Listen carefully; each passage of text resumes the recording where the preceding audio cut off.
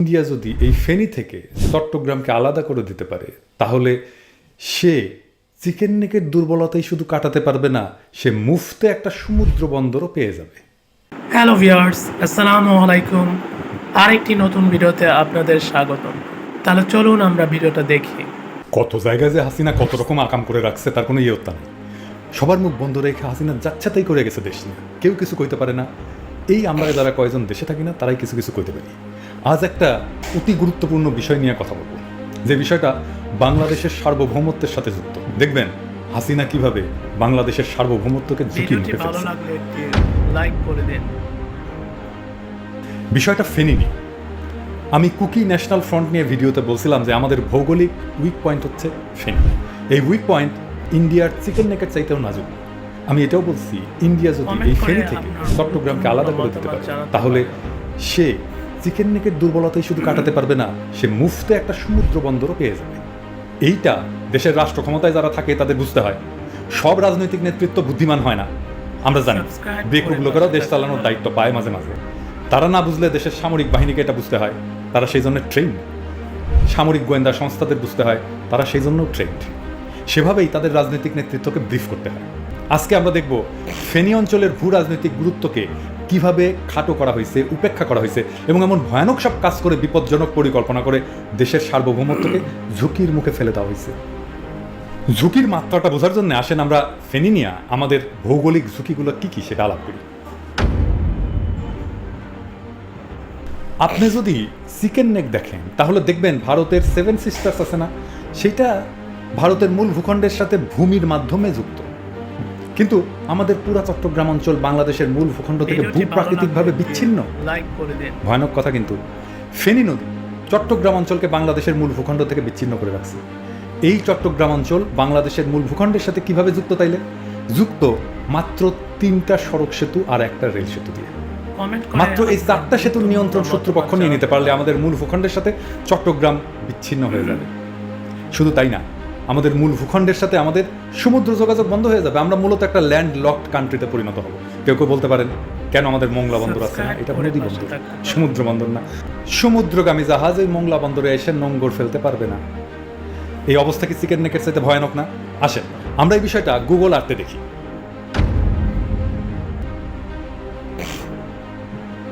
এই যে দেখেন ফেনী নদী সেই ত্রিপুরা থেকে আসছে, তারপর স্ট্রেট বঙ্গোপসাগরে পড়ছে। দেখছেন তো এই ফেনী নদী যে চট্টগ্রামকে ভৌগোলিকভাবে বিচ্ছিন্ন করে রাখছে। এই গুরুত্বপূর্ণ বিষয়টা এই অঞ্চলের যে কোনো ধরনের অবকাঠামো নির্মাণ, কোনো ধরনের বিদেশি রাষ্ট্রের উপস্থিতির সময় আমাদের মনে রাখতে হবে। এইবার আসেন আমরা সমুদ্রের দিক থেকে দেখতে শুরু করি। প্রথমে মুহুরী প্রকল্প। এইটা নিয়ে যাদের জানা নাই তাদের বলি, এইটা ওয়ার্ল্ড ব্যাংকের অর্থায়নে বাংলাদেশের দ্বিতীয় বৃহত্তম সেচ প্রকল্প। বাংলাদেশের প্রথম বায়ু বিদ্যুৎ প্রকল্প এইখানে একটা বিশেষ জায়গা দেখায় রাখতে চাই। এটা নিয়ে আমরা পরে আলাপ করব। সেটা হচ্ছে মিরসরাই অর্থনৈতিক অঞ্চল। এটা কিন্তু ফেনীর সাথেই, এবং যেই দুর্বল ভৌগোলিক এলাকা বললাম সেইখানে। তো এইখানে এই মুহুরী প্রজেক্টে একটা সড়ক সেতু, এটা প্রথম সেতু বা প্রথম সংযোগ। আরো উপরে যাই, আরো উপরে যাই, এইখানে দেখব আমরা 2টা সেতু পাশাপাশি। প্রথমে একটা সড়ক সেতু, এরপর একটা রেল সেতু। এরপরে আমরা আরো উপরে যাই, আরো উপরে যাই, আরো উপরে যাই, আরো উপরে এইখানে আর একটা সড়ক সেতু। এই 4টা সড়ক সেতু বাংলাদেশের মূল ভূখণ্ডকে চট্টগ্রামের সাথে যুক্ত করছে। আচ্ছা এইবার আসেন আমরা দেখি হাসিনা কোথায় কোথায় গ্যাঞ্জাম করছে। দেখেন এই মিরসরাই অঞ্চল যেটা দেখাইলাম, এই অঞ্চলে ইন্ডিয়াকে জায়গা দেওয়া হয়েছে অর্থনৈতিক অঞ্চল। অল্প স্বল্প জায়গা না, 900 একর জায়গা। নিউজে বলছে চট্টগ্রাম জেলার মিরসরাই ও ফেনী জেলার সোনাগাজী উপজেলায় প্রায় 30,000 একর জমিতে বঙ্গবন্ধু শেখ মুজিব শিল্পনগর গড়ে তুলছে। সেইখানে 900 একর জায়গা দেওয়া হয়েছে ভারতীয় অর্থনৈতিক অঞ্চল তৈরি করার জন্য। কেউ কখনো নিজের দুর্বল ভৌগোলিক জায়গায় অন্য রাষ্ট্রকে স্থাপনা বানাতে দেয়? আমাদের তিস্তা প্রজেক্ট আমাদের জায়গায়, আমাদের মাটিতে, সেই প্রজেক্টে আপত্তি দেয় ইন্ডিয়া এই কারণে যে এইটা চায়না করবে। আর আমার দুর্বল ভৌগোলিক জায়গায় আমি খোদ ইন্ডিয়াকে 900 একর জায়গা দিলাম স্থাপনা করার জন্য। ওইখানে 900 একর জায়গায় তো 9,000 ইন্ডিয়ান কমান্ডো সিভিলিয়ান সাইজে চাকরি করবে। এই কাজে সেনাবাহিনী কেন মানা করলো না? আপত্তি জানাইলো না? সামরিক গোয়েন্দারা কেন মানা করলো না? কেন ওকে সিগন্যাল দিল? উত্তর আছে কোনো? ও আচ্ছা, ওনারা তো আবার আমাদের পোস্টে বট বাহিনী দিয়ে কমেন্ট করানোতে বিজি আছেন। ওনাদের ডিস্টার্ব দেওয়া ঠিক হবে না, তাই না? আপনাদের যে দেশের মানুষ বেতন দিয়া পালে, কেন পালে? করেনটা কি আপনারা? দেশের সার্বভৌমত্ব রক্ষার জন্য করেনটা কি বলেন তো? এক্সপ্লেইন করেন। আরে খারাপ আরো আছে। সাবস্ক্রাইব করে ইন্ডিয়া আমার ভূমিতে ব্রিজ করছে, ব্রিজ এই ফেনী নদীর উপরে ওদের সাবরম আর বাংলাদেশের রামগড়কে যুক্ত করে নাম দিছে মৈত্রী সেতু। কি মৈত্রী রে বাবা! ইন্ডিয়া আমার ভূমিতে এবং স্পর্শকাতর ফেনীর ভৌগোলিক সীমানায় ব্রিজ করছে। তাদের লক্ষ্য কি সেটাও তারা বলছে, তারা ত্রিপুরার সাথে চট্টগ্রাম বন্দরের যোগাযোগ স্থাপন করতে চায়। ভাই এটা পরিকল্পনা না, কিন্তু হয়ে গেছে অলরেডি। এই দেখেন গুগল আর্থে সেই ব্রিজটা কি চমৎকার দেখা গেল, এই কুলে মোদি আর ওই কুলে মাম্ম, মাঝখানে ফেনী নদী বইয়া চলে যায়। তো আমাগো সেনাবাহিনী এই ব্রিজটা করার সময় কইবেন না যেটা করতে দেওয়া যাবে না, আপনারা না বাংলাদেশের সার্বভৌমত্বরে রক্ষা করবেন, তো স্ট্র্যাটেজিক্যালি গুরুত্বপূর্ণ জায়গায় আপনি আরেক রাষ্ট্রের অ্যাক্সেস দেন কেমনে, কোন যুক্তিতে? নাকি ভাবছেন যুদ্ধ তো আমি করুম না, যুদ্ধ করবে কৃষকের পোলা? জবাব আছে কোনো জেনারেল সাহেবেরা? লাইক করে দিন। বাংলাদেশে এমন একটা অবস্থা কইরা রাখছেন ভয় দেখা যে সামরিক বাহিনী নিয়ে কেউ কোনো কথা কইতে পারবে না, কিন্তু আপনারা কি কাজ করেন সেটা তো জবাব দিতে হবে নাকি? দিন পাল্টাইছে না, এখন তো সবাই জিগাইবে, জবাব তো দিতে হবে, এই ইউটিউবারদেরকেও জবাব দিতে হবে। কমেন্ট করে এই সেতু খুব গুরুত্বপূর্ণ জন্যই মোদি নিজে আইসা উদ্বোধন করছে। বোঝা গেল কত জায়গায় হাসিনা দেশ করে জয় বাংলা করে দিচ্ছে। এখন কেউ কেউ কইতেই পারেন আপনি কি মিলিটারি আসছিলেন, আপনি কি সামরিক গোয়েন্দা, আপনার চাইতে কি আমাকে আর্মি জেনারেলরা কম বুঝে, আপনি যে সবার থেকে বেশি বুঝেন কইতেই পারেন, আপনি যুদ্ধ বুঝে গেছেন। শোনেন ভাইরা খারাপ, আমি যা কইছি তা বুঝার জন্য নেপোলিয়ান বা আলেকজান্ডার বা আইসেন হওয়ার হইতে হয় না, কমন সেন্স থাকলেই হয়। আমাকে জেনারেল ভাইরা বুঝতেছেন আমি কি বুঝাইতে চাইছি, আর না বুঝলে ধরে নেব ওনারাও গিপিএ পাইপ, হাসিনার আমলে তো গিপিএ পাইপের জয় জয়াকার। যাই হোক, যাকে সন্দেহ যায় নাই তাকে আরেকটা গুরুত্বপূর্ণ জিনিস দেখাই। এই আর্টিকেল ইংরেজিতে একটা গুরুত্বপূর্ণ কথা আছে, দেখেন ইংরেজিতে যা আছে দেখাইলাম তো, এইটা বাংলায় বলা আছে যে এই ব্রিজ মানে এই মৈত্রী ব্রিজ একটা স্ট্র্যাটেজিক ব্রিজ, যখন সে ইন্ডিয়া চায়নার সাথে লড়াই করবে সেই সময়ের জন্য একটা স্ট্র্যাটেজিক ব্রিজ। তাইলে দেখছেন তো এটার মিলিটারি ইম্পর্টেন্স কেমন। এখানে শেষ না, ত্রিপুরার বেলোনিয়া রেল স্টেশনের সাথে ফেনী জংশনের ডাইরেক্ট রেল লাইন বসতেছে, জিগজিগ কইরা ওনারা যেন আসতে পারেন সে ব্যবস্থা পাকা কইরা ফেলতেছেন। আসেন আরো একটা জিনিস দেখাই, এই ফেনী কেন সামরিকভাবে গুরুত্বপূর্ণ এটা বোঝার জন্য তো নেপোলিয়ান হইতে হয় না। দেখেন এই নিউজটা দেখেন, এই নিউজটা মুক্তিযুদ্ধের সম্পর্কে। ফেনীর অনেকেই ফেনী বিলোনিয়া যুদ্ধের কথা জানেন। এখানে সবচেয়ে বেশি সম্মুখ যুদ্ধ হয়েছিল না মুক্তিযুদ্ধের সময়, কারণ এটা ছিল ভৌগোলিকভাবে গুরুত্বপূর্ণ পাকিস্তানের জন্য। এই মুহুরী ব্রিজের এখানে হয়তো একের পর এক অপারেশন, 1,500 থেকে 2,000 মুক্তিযোদ্ধারা একসাথে এসে এখানে অপারেশন করে গেছেন একের পর এক, এবং বলাই বাহুল্য নভেম্বর পর্যন্ত ওনারা কোনো অপারেশনে সফল হতে পারেননি। এত শক্ত এই জায়গায় মিলিটারি রেজিস্ট্যান্স ছিল পাকিস্তানের। মুক্তিবাহিনীর পরিকল্পনা ছিল ফেনী থেকে চট্টগ্রামকে বিচ্ছিন্ন করে ওইখানে চট্টগ্রামে প্রবাসী সরকারের হেডকোয়ার্টার প্রতিষ্ঠা করা।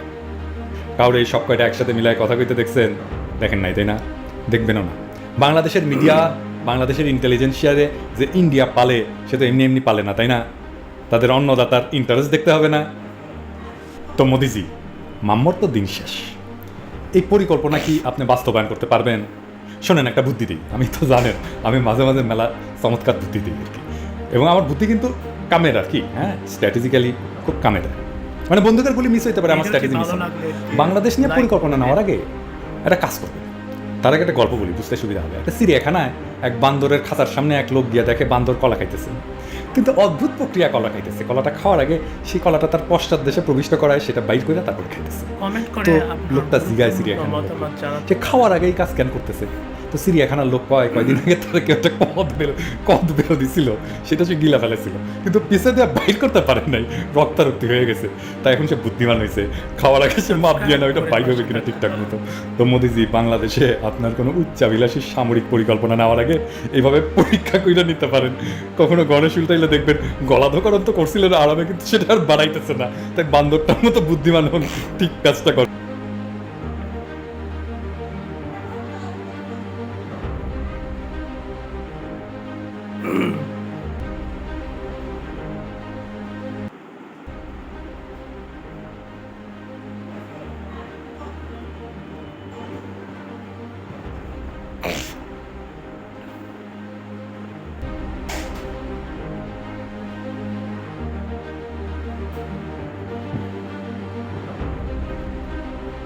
ভিডিওটি ভালো লাগলে একটি লাইক করে দিন।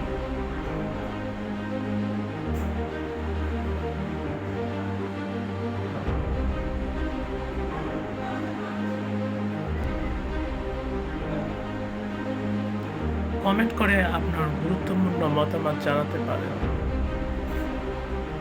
সাবস্ক্রাইব করে পাশে থাকতে পারেন।